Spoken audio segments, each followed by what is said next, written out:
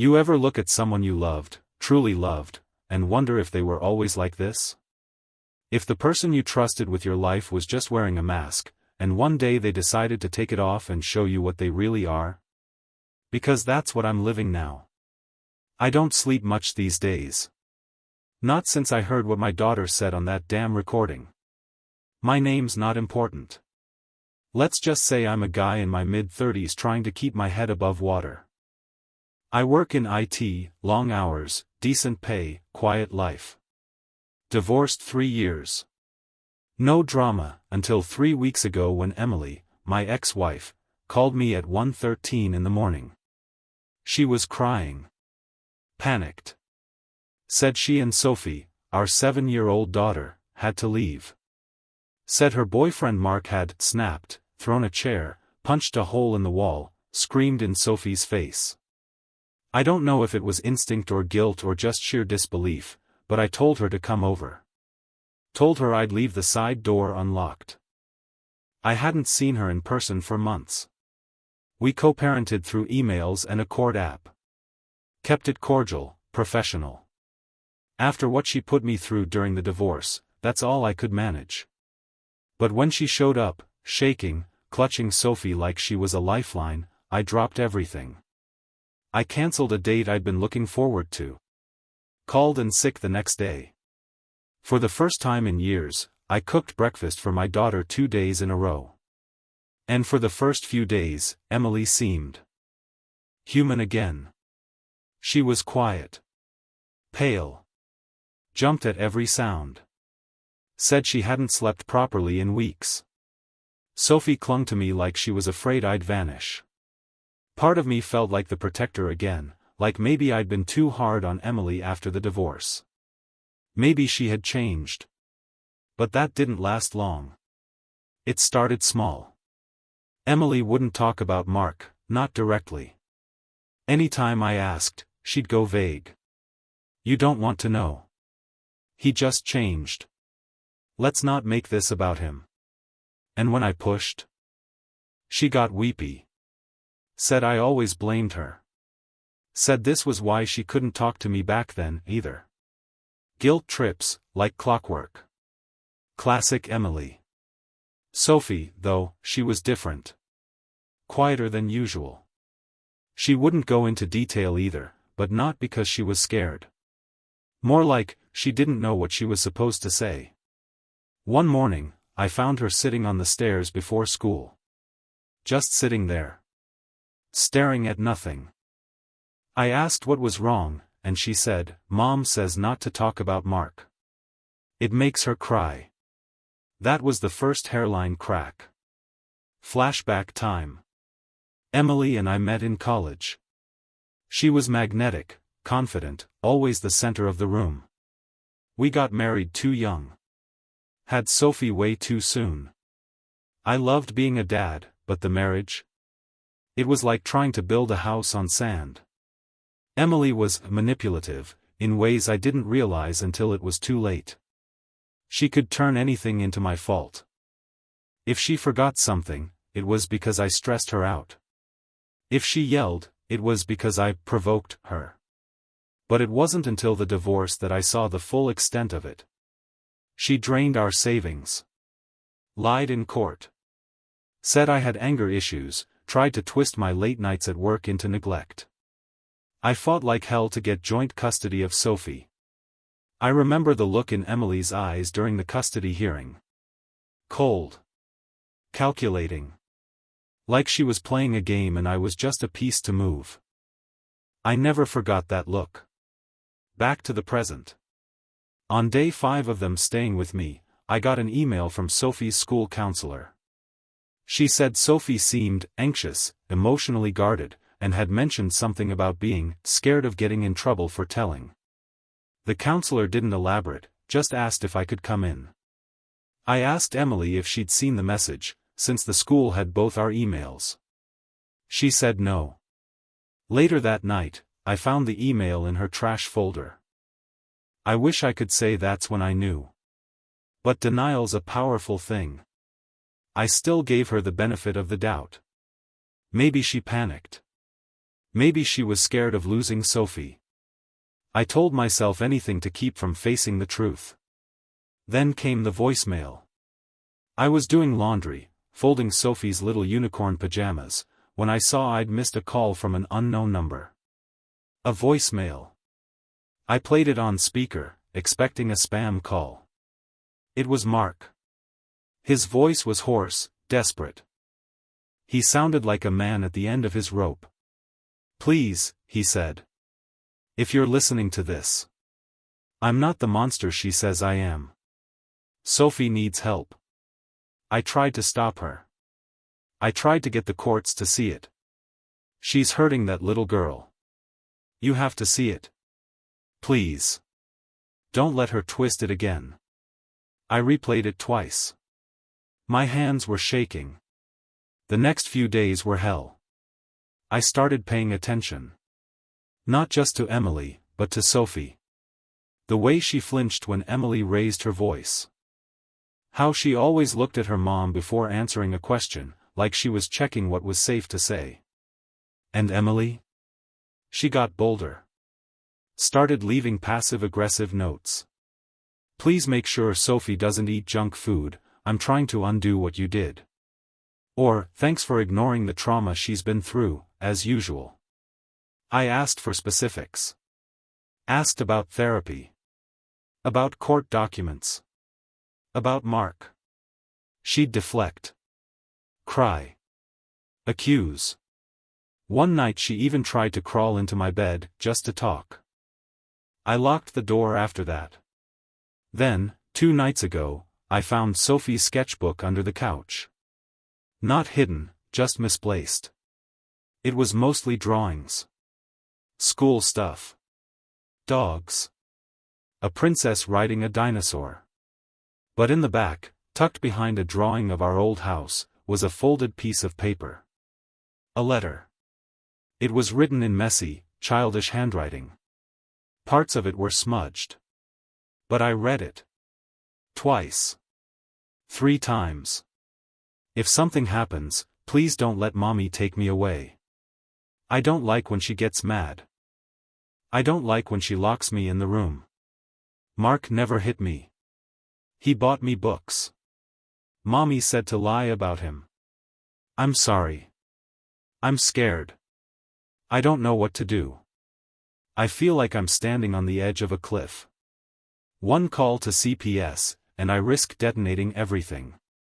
Sophie could end up in foster care. She could hate me forever. Emily's a master manipulator, she'll spin it as abuse, revenge, whatever works. But if I stay silent, I'm complicit. I'm part of the lie. And I don't know how much damage Emily's already done, or what she's capable of if she feels cornered. I haven't slept in 48 hours. I'm typing this in the dark, in the room next to Sophie's, while Emily paces the living room downstairs. I'm scared. Not of her. Not really. I'm scared that I knew, deep down, and still let her in. I didn't sleep that night. Not a wink. I sat in the hallway just outside Sophie's room, back against the wall, phone in hand, staring at that letter until the words blurred. Every creak in the house made me flinch. Not because I was afraid Emily would hurt me, but because I was afraid of what she might say. What she might already be saying to Sophie, behind closed doors, when I'm not around. I used to think the worst thing Emily ever did was bleed me dry during the divorce. But money's just numbers. This is different. This is Sophie. When she woke up the next morning, she looked at me like I was a stranger. She didn't ask why I was on the floor. Just tiptoed past, holding that damn stuffed tiger she's had since she was 3. Over Cheerios, I asked her gently about her drawings. Not the letter. Just the art. Did you draw these at school? She shrugged. Some. What about the princess and the dinosaur? A pause. That one's mine. What's the story? She looked over her shoulder, toward the hallway. Then whispered, the dinosaur eats the bad guy. But she tells people the dinosaur is mean so they don't help him. I didn't say anything after that. Emily came into the kitchen wearing my hoodie. She used to do that when we were married, wrap herself in my clothes like armor. But now it just felt like she was trying to plant a flag. "You're up early," she said, pouring coffee like nothing was wrong. "Did you see this?" I asked, holding up the letter. Her face didn't change. No surprise. No fear. Just a slow blink. "Where did you get that?" "Sophie wrote it." She stepped closer. "That's private. You shouldn't be snooping through her things. You hid the counselor's email. You've been lying about Mark. And now this?" "I didn't lie," she snapped, dropping the mug so hard it cracked on the counter. "You never listen. You never did." Sophie flinched at the noise. Emily noticed. "She's sensitive," Emily said. "She gets that from your side." That's when I started recording on my phone. Quiet. Subtle. Just audio. I didn't trust her anymore, hadn't in a long time, but now I didn't trust myself not to be gaslit into thinking I was crazy. The recording caught this. "Emily, you think you're some hero now? Because you made pancakes and played house for a week?" "Me, I think Sophie is scared of you." "Emily, she's 7. They get scared over shadows and cartoons. Jesus, grow up." "Me, you told her to lie about Mark." "Emily, I told her to protect her mother. Because no one else does." "Me, that's not protection. That's manipulation." "Emily," lower, almost hissing, "don't act like you're better than me. You don't get to play Dad of the Year just because I needed help." That was the moment I almost lost it. Almost. But I didn't. I stayed still. Let the recording go. Every word just another nail in the coffin. Later that afternoon, I checked the court records. There was no emergency restraining order. No police reports about Mark. Nothing. Clean slate. But then I found something else. A motion filed 6 months ago by Mark's lawyer. Petition for partial custody. Attached to it, a CPS report. Anonymous, but worded carefully. It talked about emotional instability, coercive control, and a child who often takes on the role of emotional caretaker to avoid parental outbursts. I didn't need to guess who filed it. I called the courthouse. Asked for a copy of the report. I'm still waiting for it to arrive, but I know what it's going to say. That night, Sophie asked if she could sleep with me. I told her of course. She climbed into my bed, tiger in hand, and curled up next to me like she used to when she had nightmares. "What's going on, sweetheart?" I asked. She didn't answer for a long time. Then she whispered, "If I tell the truth, will they take me away?" I froze. I wanted to say no. That everything would be okay. That Daddy would fix it. But I don't lie to my kid. So I said the only thing I could. "I don't know. But I'll be with you. Always." She nodded, then said something that broke me a little. "Mark isn't scary. He used to read to me. Mommy didn't like that." Emily tried to talk to me after Sophie fell asleep. She stood outside the door like a ghost. "You're making this worse," she said. I didn't respond. "He's not a saint, you know. Mark. He's still a man. They all are." That was a line I hadn't heard before. I didn't understand it at the time. But now, looking back, I think that was her way of saying, "You're next." Here's the part one haven't told anyone. 2 days ago, I got a USB stick in the mail. No return address. Just a blank envelope with my name printed on a label. I plugged it into my laptop in the garage, just in case. It was a single audio file. Sophie. Talking to someone. Mom says we don't tell about the closet. But sometimes I get locked in because I make her mad. Voice, how long does she leave you there? Until I say sorry. Even if I didn't do anything. But it's okay. I bring Tiger with me. There was a pause. Then. Is that why you're scared of bedtime? No. I'm scared because sometimes Mommy says I might not wake up if I keep being bad. I don't know who recorded that. Maybe Mark. Maybe someone at school. Doesn't matter. What matters is that I have it now. Proof.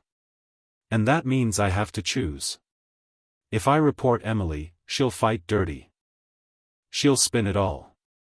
Make Sophie out to be confused, traumatized, manipulated by me. Hell, maybe she'll convince them I'm the one who's dangerous. But if I do nothing, I'm letting it happen. I'm letting my daughter sleep in the same house as someone who says she might not wake up if she keeps being bad. That's where I'm at tonight. Drinking cold coffee. Listening to the rain. Watching the door like it might open on its own. I'm not scared of Emily.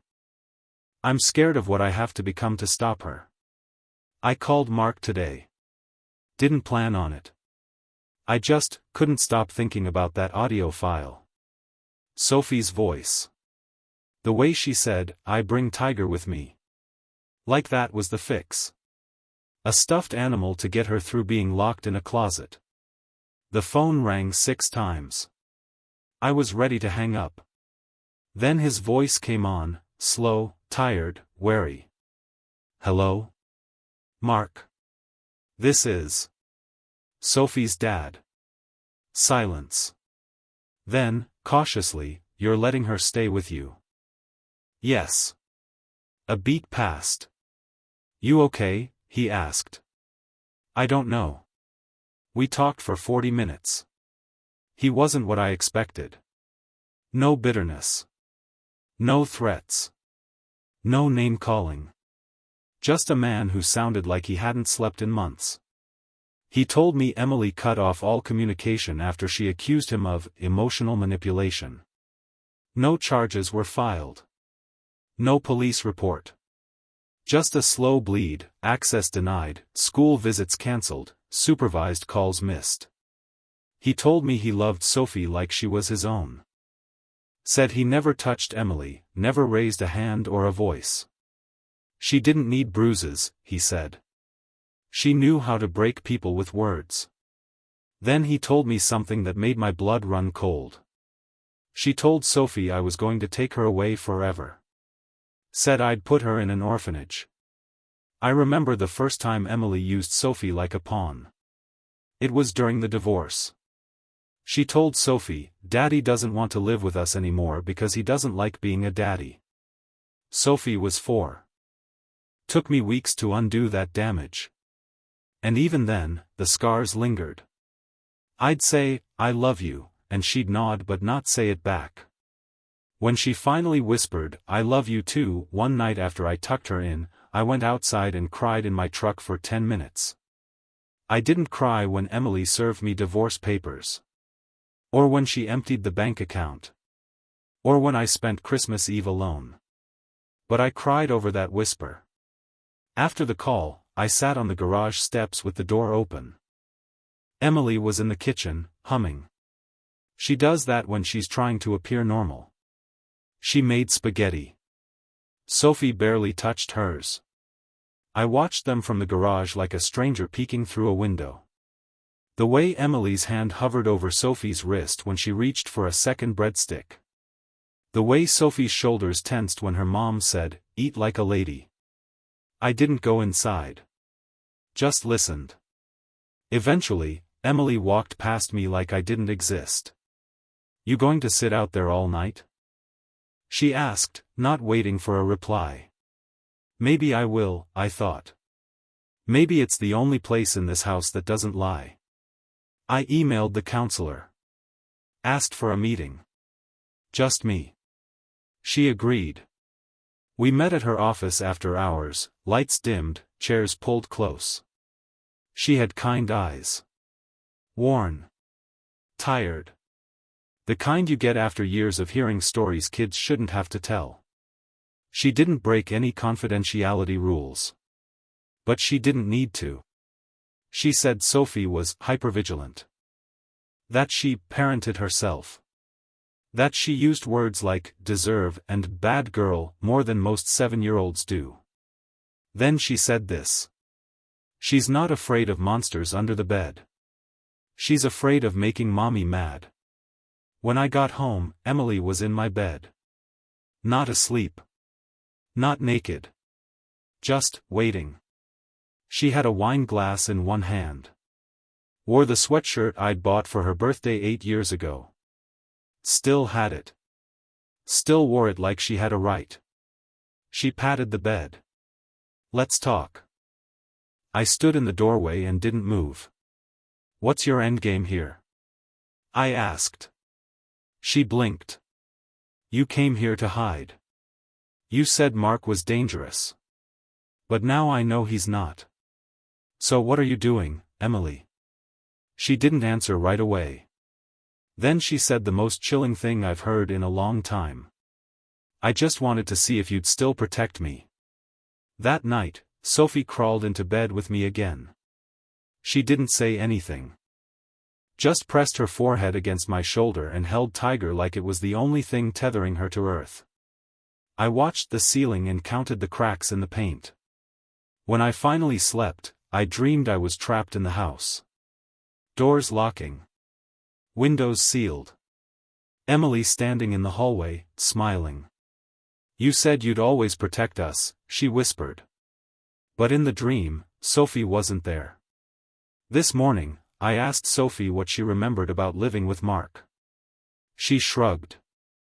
Said he was quiet and bought her puzzles. Said they had pancakes on Sundays. Then she looked at me and asked, is it bad if I liked him? I told her no. That it's okay to like people who are kind. That it's okay to tell the truth. She looked down at her cereal and whispered, but what if mommy gets mad? That's when I made up my mind. I called a friend of mine, criminal defense attorney. I trust him. We used to get beers after work before life swallowed us both. Told him everything. Laid it out. The letter. The recording. The behavior. The fear. He didn't tell me what I wanted to hear. He said, if you go to CPS, you better have everything documented. Ironclad. Otherwise, they could rule this as a custody dispute and Sophie might go right back with her. And if I don't go? I asked. He was quiet for a long time. Then he said, then you better start planning how to live with that. And here's the part that's really eating me. I'm starting to see pieces of Emily in Sophie. Little things. When she's anxious, she tries to manage me. Offers to clean her room. Says sorry for things she didn't do. Tries to fix the tension in the room with a smile. She's 7. And she's already learning how to survive someone else's storms. That's the cost of this silence. That's the weight I feel pressing down every time I see her tiny hand reach for mine. I checked the closet Emily used to lock her in. It's empty now. Smells like dust and plastic. But when I closed the door behind me, just for a second, to see what it felt like, I understood. No windows. No light. No air vent. Just darkness. I sat down and closed my eyes. And all I could hear was Sophie's voice from the recording. She says I might not wake up if I keep being bad. I think part of me never left that closet. I made a copy of the USB recording. Then I made 2 more. One went into my fire safe. The second, I mailed to a P.O. box I use for freelance work, just in case Emily went through my stuff. The third? I gave to my attorney friend, sealed in an envelope marked, if anything happens to me. Maybe that's dramatic. Maybe it's overkill. But I know Emily. I know how she operates when she's cornered. And if I'm going to take this step, I have to assume she'll turn it into a war. I tried to talk to her calmly. Sat her down on the couch, just like we used to when things were still salvageable, back when I thought marriage was about fighting for each other, not just with each other. I need to know what's really going on, I said. She crossed her legs like she was in an interview. Smiled like we were equals. I told you. Mark was unstable. No, I said. You told Sophie to lie. You deleted the school email. You've been using her to hide. That smile didn't waver. Then she said, and you're the one who brought us here. Remember that. Like this was my fault. Like being her last resort somehow made me responsible for the mess she dragged in. That night, Sophie asked if she could sleep in the camper out back. We used to take it on weekend trips before everything fell apart. Parked it near the lake. Just me and her and the smell of campfire. I told her yes, and I stayed with her. She fell asleep watching cartoons on my old tablet, and I just sat there, listening to the silence. Then she mumbled something in her sleep. I leaned in. She whispered, I don't want the monster to come back. And I didn't know if she meant Emily. Or me. Or both. The next day, I went through Emily's suitcase. I know how that sounds. I felt like a teenager snooping through a girlfriend's texts. But this isn't about jealousy. This is about survival. About evidence. In the bottom of her bag, wrapped in a sweatshirt, was a notebook. I almost didn't open it. But I did. Inside were pages of what looked like therapy notes, except they weren't from a therapist. They were written by Emily. Pages upon pages of twisted logic, affirmations like, I'm not dangerous. They just don't understand my strength. Sophie is mine. I brought her into this world.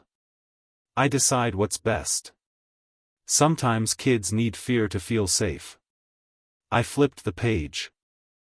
There was a drawing of Sophie. Stick figure. Next to a bigger stick figure labeled me. And a third labeled him, a frowny face with excess over the eyes. Below it, one way or another, I'll be free of him. I don't know if she meant me. Or Mark. Or both. I photocopied every page. Put the original back exactly where I found it. That night, I didn't speak to her. Didn't make dinner. Didn't answer her when she tapped on my door and said, we need to talk.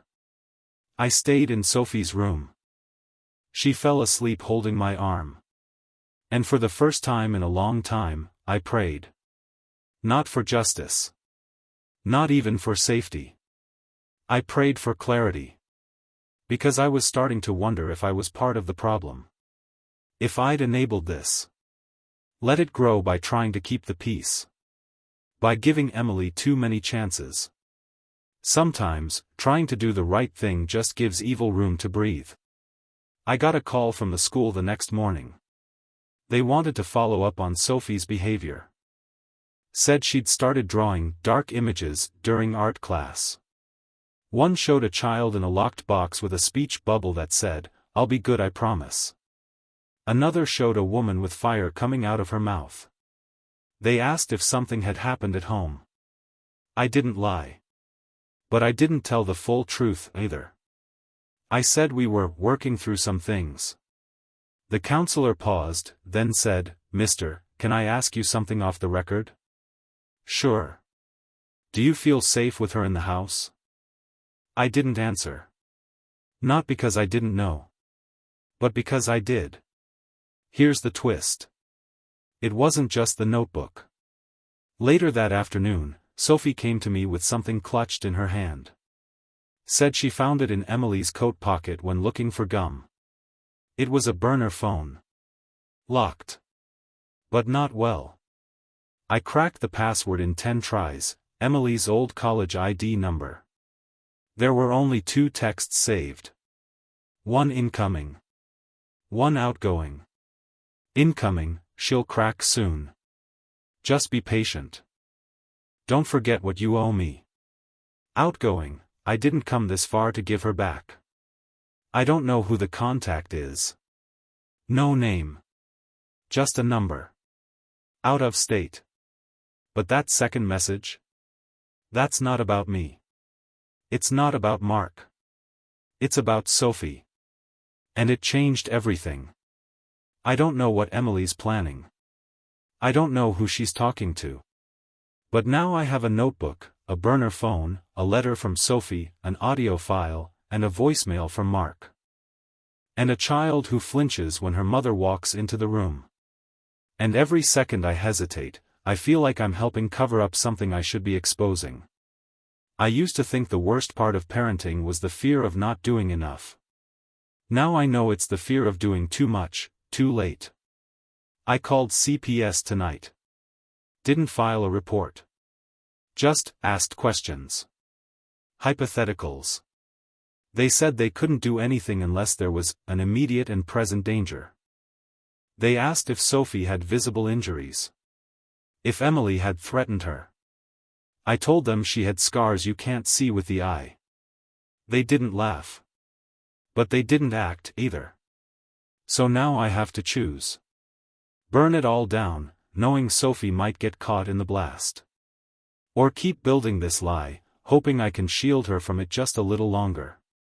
But Emily's not the only one who knows how to lie. I've learned too. And that terrifies me more than anything. Emily knows. Not everything. Not the USB. Not the copies. Not the phone. But she knows I don't believe her anymore. She's sharper now. Quieter, too. Watching me.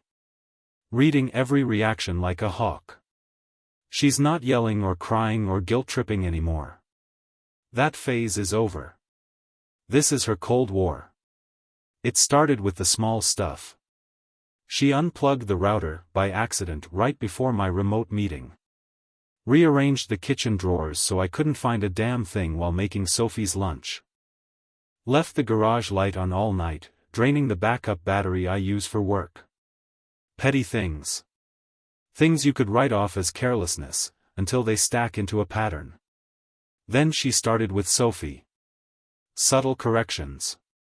I'd say, "Sophie, did you enjoy art class?" And she'd jump in, "She loved it." "Didn't you, honey?" I'd say, "Want to go for a walk?" And Emily would say, "Not now. She's got tummy problems." Right, Soph? It was like watching her erase my daughter in real time. So I sat Sophie down. Just the two of us. On the back steps, where we used to blow bubbles and watch ants carry crumbs across the patio. I asked her, gently, "Sweetheart, is Mommy ever mean to you when I'm not around?" She didn't answer. I said, "You won't get in trouble. Not with me. Not ever." Still nothing. So I changed the question. "Is there anything you wish you could say out loud?"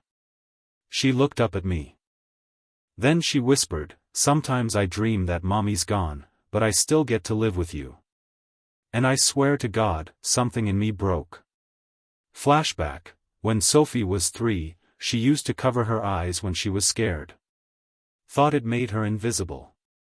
Emily would yell at her when she cried in public. "You're not a baby," she'd hiss. "Stop making people stare." Once, at a family barbecue, Sophie dropped her juice box and started sobbing. Emily yanked her by the arm so hard I had to step in. "She's just tired," Emily smiled to the others. "She gets emotional when she skips naps." Behind that smile? Fury. I should have done more. I should have known that wasn't a one-time thing. You always think you've got more time to intervene, until you don't. I called Mark again. Told him about the notebook. The texts. The drawing from art class. He asked if I'd gone to CPS yet. I told him I was close. He didn't say, "Good." He didn't say, "Finally." He said, "I'm sorry it took this for you to see it." And I hated him for being right. Emily tried to bait me that night. Came into the living room wearing the robe I bought her for our anniversary, the last one before the divorce. Silk. Blue. Cost me half a paycheck. She curled up beside me on the couch like old times. Even touched my arm. "I miss us," she said. "I don't," I replied. She froze. Then said, "Sophie misses us." That one hurt. Because part of me knows it's true. Sophie wants a family. She wants her parents to stop acting like enemies. But families built on fear aren't families. They're cages. Here's something I haven't admitted until now. I've been recording everything. I bought a nanny cam. 2, actually. One for the living room. One for Sophie's room. It feels disgusting. Like I'm spying. Like I'm playing cop in my own home. But I had to know. Had to see if Emily acts different when I'm not there. The footage isn't dramatic. No screaming. No slapping. Just erosion. Emily pressuring Sophie to eat faster. To smile bigger. To say thank you when she doesn't want to. And once, just once, she grabbed her wrist hard enough to make Sophie wince. No bruise. But still. She looked her dead in the eye and said, "If you keep lying to Daddy, he'll leave us again." I replayed that moment 17 times. And each time, I hated myself a little more for not doing something sooner. The next morning, Sophie didn't want to go to school. She said her tummy hurt. But it wasn't her stomach, it was fear. Emily told her, "You're not staying home and embarrassing me." I stepped in. Said I'd keep her home and work remote. Emily glared at me, but didn't argue. Later, Sophie told me in a small voice, "I just wanted to stay where you are." And that's when I knew, I can't wait any longer. This isn't just bad parenting. This is emotional damage in slow motion. And I'm watching it happen from the front row. I made an appointment with a family law attorney. Told her everything. Showed her the files, the letter, the footage. She didn't interrupt. Just took notes. When I finished, she leaned back and said, "You have enough to file for emergency custody. But it's going to be a battle." I nodded. "What's your biggest concern?" she asked. I looked down at my hands. And said, "That Sophie will hate me for what comes next." Because kids don't see nuance. They see mom and dad. And even when mom is the storm, she's still mom. That night, I dreamed I was in court. Emily was sobbing on the stand. Sophie sat between us, holding both our hands. Then she let go of mine. And I woke up drenched in sweat. The attorney is filing the papers tomorrow. I don't know how long we have before Emily finds out. But the clock's ticking now. And I'm scared. Not of losing the case. But of winning, and realizing the cost was my daughter's trust. Emily found the paperwork. I don't know how. Maybe she went through my bag. Maybe she overheard a call. Doesn't matter. All I know is I came home from a grocery run, and she was sitting at the kitchen table with the envelope open in front of her. She didn't say anything. Didn't scream. Didn't throw things.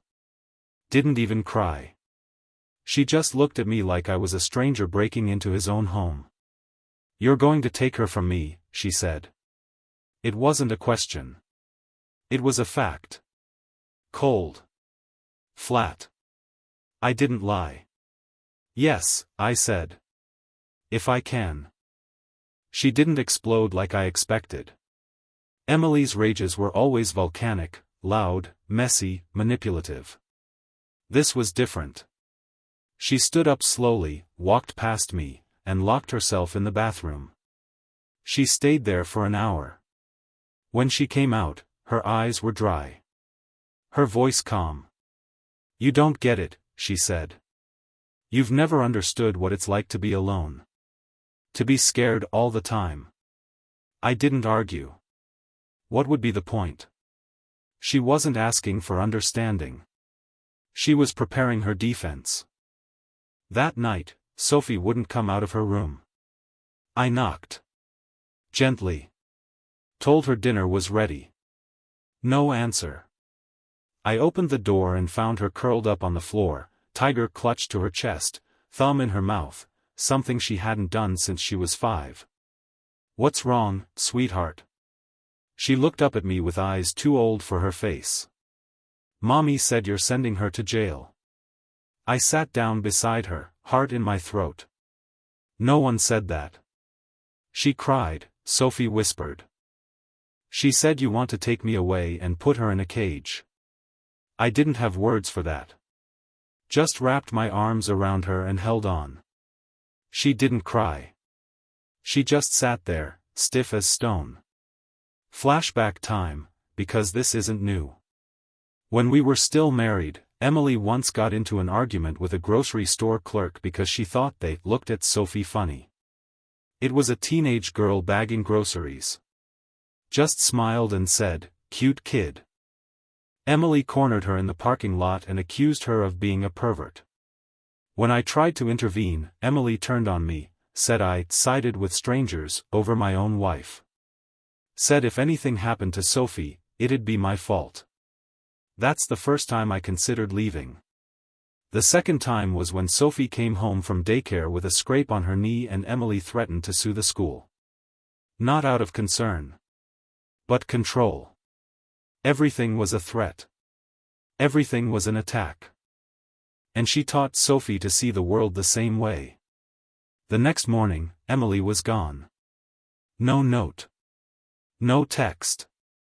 Her suitcase was gone, too. But Sophie was still in the house, asleep in my bed. I checked every room, checked the street, checked the neighbor's Ring camera. Nothing. It was like she vanished. For about 3 hours, I thought she'd run. Maybe left town. Maybe skipped state.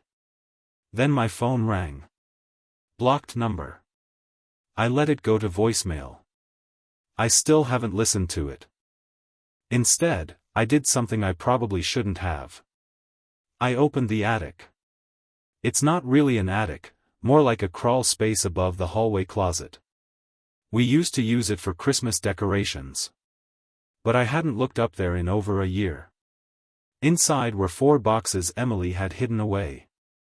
I know, because I packed everything else in labeled bins, and these weren't part of it. I opened the first one. It was full of Sophie's baby clothes. Not weird. Sentimental stuff. The second one had old photo albums. Again, not strange. But the third? The third box held something that made my stomach twist. Printed screenshots. Of me. Social media posts. Comments. A few photos I didn't even know existed, from before the divorce, during it, after. My face. My friends. My coworkers. And on every one, notes in red ink. Liar. Fake smile. Trying to erase me. Will never have her without me. It was a dossier. A personal surveillance file. And the fourth box? That one had copies of legal forms. Custody filings. Counseling notes. And a list. A literal list, titled, What to Say If Questioned. It had bullet points. He's emotionally unstable. He's trying to alienate my daughter. He's violent when angry.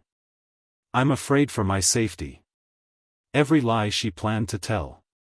Laid out like a speech. I showed it all to my attorney the next morning. She didn't even blink. We've seen this kind of thing before, she said. But rarely this organized. She made copies. Said it strengthened the case. Said a judge would want to see it. But I didn't care about the judge. I cared about Sophie. And the day she finds out her mother prepared a script to destroy her father, that's the day something inside her breaks for good. I want to protect her from that. But I don't know if I can anymore. Emily came back 2 days later. Just walked in. No explanation. No apology. No rage. She looked thinner. Dark circles under her eyes. She sat on the couch and said, "We both lost control." I didn't reply. She said, "Let's figure this out for Sophie's sake." I asked, "Is that what all the red ink was for?" She didn't flinch. Just smiled, tired, bitter. "You were always better at playing the victim." That's when Sophie came into the room. And I swear to God, Emily switched tones in half a second. Bright smile. Open arms. "There's my baby girl." Sophie froze. Didn't run to her. Didn't speak. Just stood there, looking at me. Like she was waiting for permission. Or rescue. That night, I took down the nanny cams. Not because I didn't need them. But because the time for gathering evidence is over. Now it's war. And I'm not fighting for me anymore. I'm fighting for the part of Sophie that still believes love isn't supposed to hurt. The court date came faster than I expected. Emergency custody petition, filed, stamped, scheduled. 1 week. I spent that week in a fog. Work was a blur. Food tasted like cardboard. Even sleep felt like a chore. Sophie knew something was coming. Kids always do. She asked if we were moving. I said, "Not yet." She asked if Mommy was mad at her. I said, "No. Never. None of this is your fault."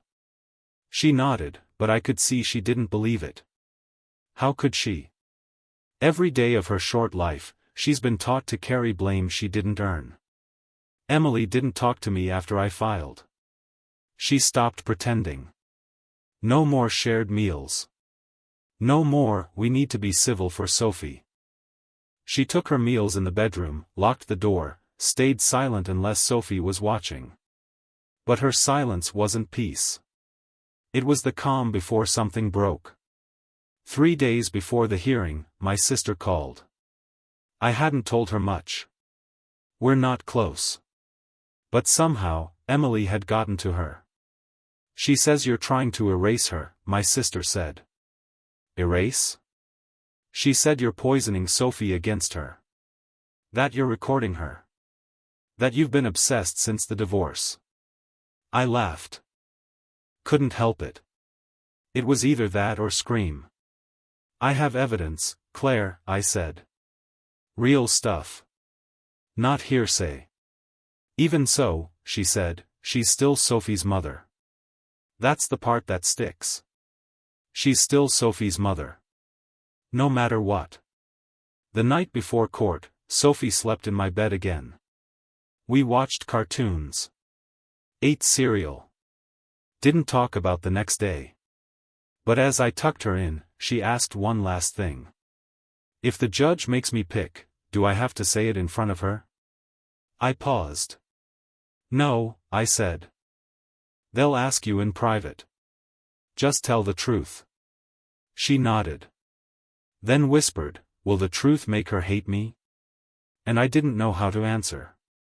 Because the truth has a cost. And it always collects. Court was quiet. Too quiet. Emily arrived in a gray pantsuit, hair pulled tight, makeup perfect. She brought a lawyer, not the one from the divorce. This one looked polished. Like she'd done this before. Her smile in the courtroom was different than the one I saw at home. It was demure. Soft. Like she was the one needing protection. They always believe the mother. That's what she once told me. I believed her then. Not anymore. My lawyer laid it all out. The letter. The audio. The footage. The text messages. The red-inked notes. The burner phone. She was surgical. Calm. Professional. Then Emily's lawyer stood. Said the evidence was circumstantial. Said the recordings lacked context. Said Emily was a concerned mother suffering from post-traumatic stress. I watched Emily cry on cue. Soft, silent tears. The kind that make judges lean forward and nod like they understand. Then she said the part I'll never forget. He's turning my daughter against me. He's trying to erase me from her life. That word again. Erase. The judge requested a child interview. Sophie would talk to a court-appointed specialist. Private room. Neutral space. Emily protested. Said Sophie was too young to understand what's happening. My lawyer objected. Judge agreed with me. After the hearing, we drove home in silence. Sophie held my hand the whole way. Didn't ask questions. Didn't cry. Just stared out the window, mouthing the lyrics to a song that wasn't playing. That night, I found Emily in the kitchen. She was barefoot. Pale. Crying into the sink. She didn't see me at first. But when she did, she said something strange. Do you remember that night in the hospital? When she had the fever? I nodded. Sophie was too. 104-degree temp. We stayed up all night rotating cold compresses. She looked at me like I was God, Emily said. Like I could fix anything. She wiped her eyes. Now she looks at me like I'm a stranger. I didn't speak. Didn't know how. Then she said, "You took that from me." And I finally replied. "No. You gave it away." The interview happened 2 days later. Sophie sat with a therapist. I waited in the lobby with both lawyers and Emily, who stared at the floor the whole time. When Sophie came out, she didn't look at either of us. Just walked straight to the receptionist and asked if they had lollipops. I took that as a good sign. The report came back the next week. I wasn't supposed to see it, but my lawyer summarized. Sophie expressed consistent fear of being left alone with her mother. Described multiple incidents of being locked in a small room. Demonstrated high anxiety around making mommy mad. No indication of coaching or external influence. That was it. No fireworks. No emotional climax. Just a cold, clean diagnosis. A quiet confirmation that I hadn't imagined it. That I wasn't crazy. That the monster in the house had a name, and it wasn't mine. The judge granted me temporary sole custody. Emily was ordered to vacate the home within 48 hours. Supervised visitation only. Once a week. Neutral location. The gavel dropped. And just like that, she was gone. I should have felt victorious. I should have felt relief. Instead, I felt hollow. Because the truth is, no one wins here. Not me. Not Emily. Not even Sophie. We just survive. Each in our own way. The house is quiet now. Too quiet. Emily's been gone for 6 days. No notes. No texts. No screaming behind closed doors. Just space. It's funny how silence feels different when you're not used to it. Not peaceful. Not calm. More like the absence of a wound that still aches. Sophie asked where her mom went. I told her the truth, mostly. She's staying somewhere else for a while. You'll see her with a counselor soon. She didn't cry. Didn't argue. Just nodded and said, I hope the counselor brings candy. That's the thing about kids. They don't collapse all at once. They adapt in small, strange ways. She's been sleeping through the night again. Stopped flinching when I walk into a room. Stopped asking me, is mommy mad at me every time something spills or breaks? Progress, I guess. But her drawings are still dark. Yesterday she drew a castle with no windows and labeled it, Quiet House. I didn't ask questions. First supervised visit was at a child advocacy center. Sophie wore her favorite hoodie, the one with the stars and the crooked zipper. She brushed her hair 3 times. Asked me if she looked nice enough. That hurt more than anything else. Like she was prepping for a job interview. Or an apology. Emily showed up late. Looked tired. Still tried to smile like nothing was wrong. The counselor let them talk in a playroom while I waited outside with a book I didn't read. 30 minutes later, Sophie came out, holding Tiger like a shield.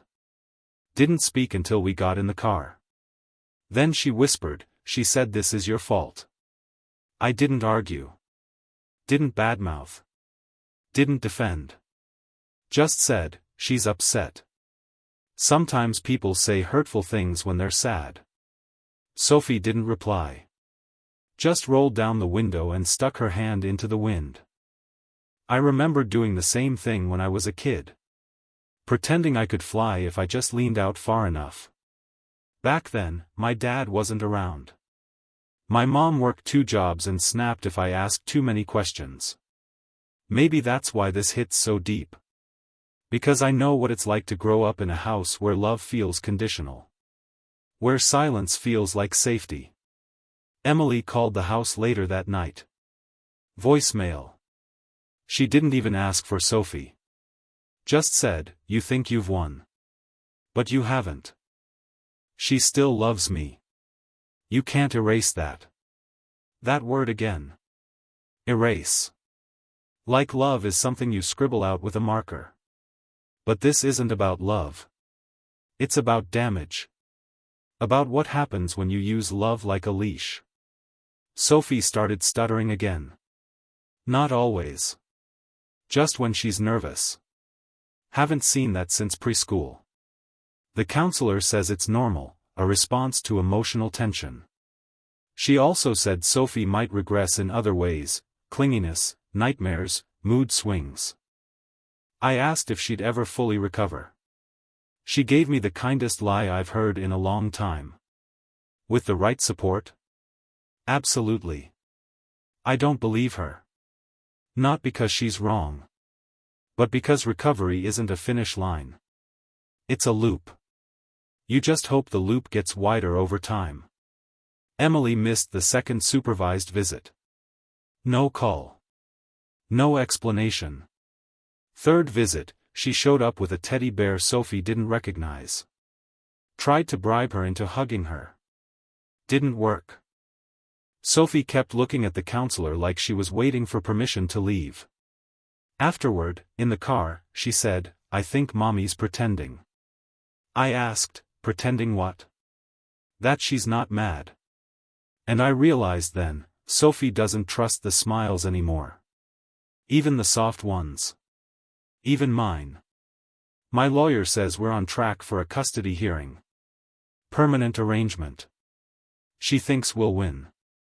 But I'm not sure what winning means anymore. Half of Sophie's heart is still tied to a person who hurt her. And the other half is just learning how to beat on its own.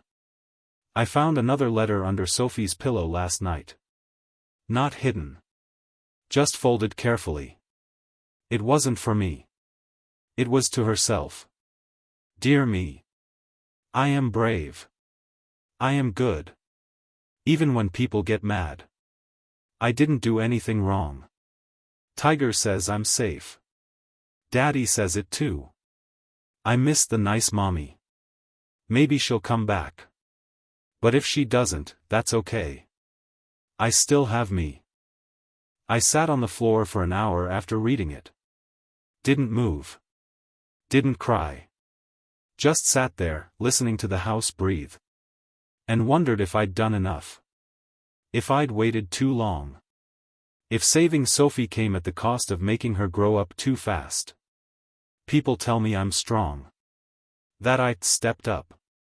That I did the right thing. But every night, when I tuck Sophie in and see her eyes scanning the dark corners of the room, I don't feel strong. I feel like the last man standing in a ruined city. Proud of the fight. Ashamed of the cost. Emily showed up at the house. No appointment. No visit scheduled. Middle of a Sunday afternoon. I was in the backyard pulling weeds while Sophie rode her bike in slow circles, singing to herself. Emily pulled up in that beat-up Civic of hers, same one she used to drive during our marriage, engine coughing like a smoker on its last breath. She didn't get out right away. Just sat behind the wheel, watching us. Sophie saw her first. She froze, feet still on the pedals. Didn't wave. Didn't smile. Just whispered, "Is she allowed to be here?" I told her, calmly, "Go inside. I'll take care of it." Emily stepped out of the car with a piece of paper in hand. Waved it like a flag. "You served me," she said, voice trembling with rage. "You actually served me." It was emotion, her challenge to the custody order. A desperate, last-ditch attempt to reclaim control. I didn't take the paper. Didn't speak. Just stood between her and the door. She stepped closer. I carried her. I gave birth to her. I nursed her. You wouldn't even change diapers unless I begged. She was right. About some of that. I wasn't perfect. I wasn't always present. I worked too much. I shut down too often. But I never made Sophie afraid to sleep at night. I never made her write letters to herself to feel safe. Emily reached for the doorknob. That's when I blocked her. Firm. Not aggressive. Just final. You need to leave. Her jaw clenched. Eyes wild.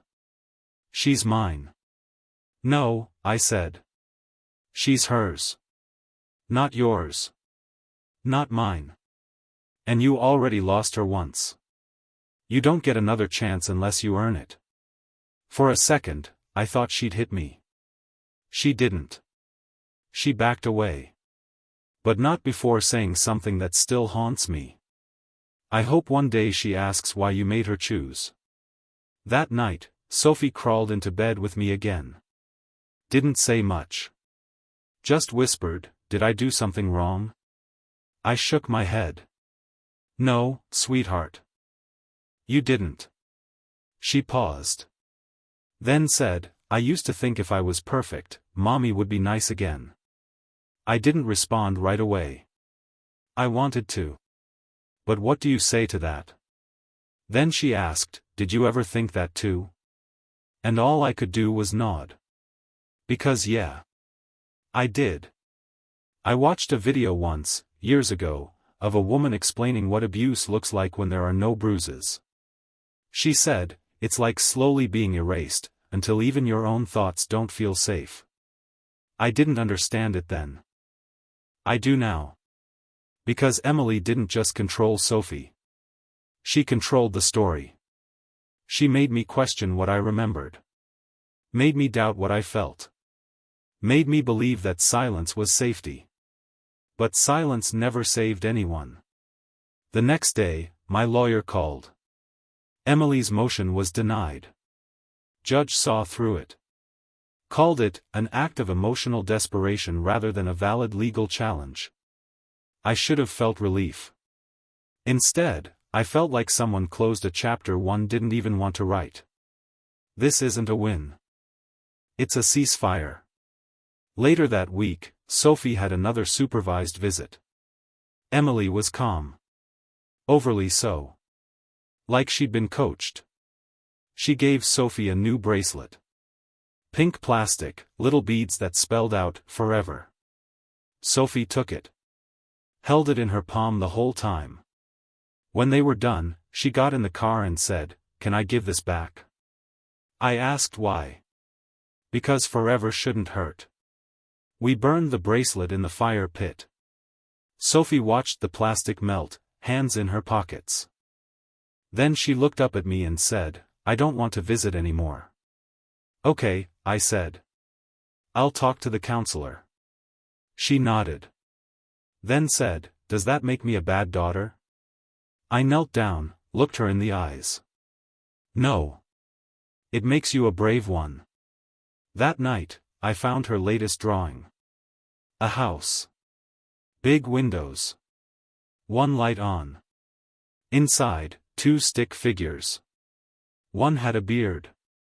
The other held a tiger. Outside, in the corner, was a storm cloud, small, distant. Scribbled in the margin, "It's not gone. But it's not here anymore." And I realized something. This isn't a story about a villain and a hero. It's not about courtrooms or custody. It's about a little girl who decided fear didn't get to be her home. Sophie asked me tonight if her mom was ever going to be normal again. She was brushing her teeth. The question came out with a mouth full of foam. Like it had been sitting in her chest for weeks and just happened to slip out between rinses. I turned off the faucet and knelt beside her. "Why do you ask?" She shrugged. "She used to be nice. Remember? Before the yelling." I remembered. I remembered the early days, before the bitterness, before the control. Emily singing lullabies. Baking cookies. Rocking Sophie to sleep during thunderstorms. But I also remembered the cracks. The slamming doors. The silence that lasted days. The way Emily twisted apologies into threats and made guilt feel like love. So I told Sophie the only truth I could. Some people get sick in ways you can't always see. She nodded like she understood. But I don't think she did. Not fully. And maybe that's okay. The counselor says Sophie's doing well. All things considered. She's drawing more. Sleeping better. Speaking up in class. Still won't say much about her mother. Still folds notes and hides them in books, like she's afraid someone might steal her thoughts. But she's healing. At her own pace. In her own way. And I'm learning to follow her lead. Emily hasn't called in a week. No voicemails. No emails. No surprise visits. Just silence. And it's strange, this quiet. Not peaceful. Not empty. Just real. Like the ringing in your ears after an explosion. I got the final custody order today. Sole legal and physical custody granted to me. Supervised visitation suspended indefinitely, pending future evaluations. It's done. It's over. At least on paper. But paper doesn't hold the weight. Not really. That weight lives in bedtime stories that avoid certain names. In birthday cards signed only from one parent. In the awkward silence when someone at school asks, "Where's your mom?" That's where the war lives now. I told Sophie tonight that we can talk about anything. Always. No matter how big. No matter how scary. She looked up at me and said, "Even if it's about you?" That one stopped me. "Of course," I said. "Especially if it's about me." She paused. Then asked the one question I wasn't ready for. "Why did you let her stay?" Not why did mommy hurt me. Not why did she leave. Why did you let her stay? I didn't have an answer. Not a good one. Not one that would make sense to a 7-year-old. So I told her the truth. I thought I was doing the right thing. She nodded. Then said, "Next time, can you do the right thing faster?" And I swear, I've never felt so small in my life. After she fell asleep, I sat in the living room and listened to the silence. It didn't feel like guilt. Or shame. It felt like accountability. Like the kind of silence you earn after telling the truth. Even when it hurts. Especially when it hurts. Here's the thing. Emily isn't a monster in the fairy tale sense. She's not evil incarnate. She's sick. She's broken. And somewhere in that brokenness, she broke our daughter. Not beyond repair. But enough. And I let it happen longer than I should have. Because I was afraid of being the bad guy. Afraid of taking away Sophie's mother. Afraid of what people would say. But I've learned something. Protecting a lie doesn't make you noble. It just makes you an accomplice. I tell this story not because I want sympathy. Or revenge. I tell it because someone needs to. Because there's a man out there right now, letting someone back in his house out of guilt. Because there's a kid sleeping in a room she's afraid to decorate, just in case she has to leave again. Because there's a truth sitting in someone's chest like a stone. Heavy. Silent. Waiting. Tell it. Before it's too late. Before she asks you, why did you let her stay? And you don't have an answer.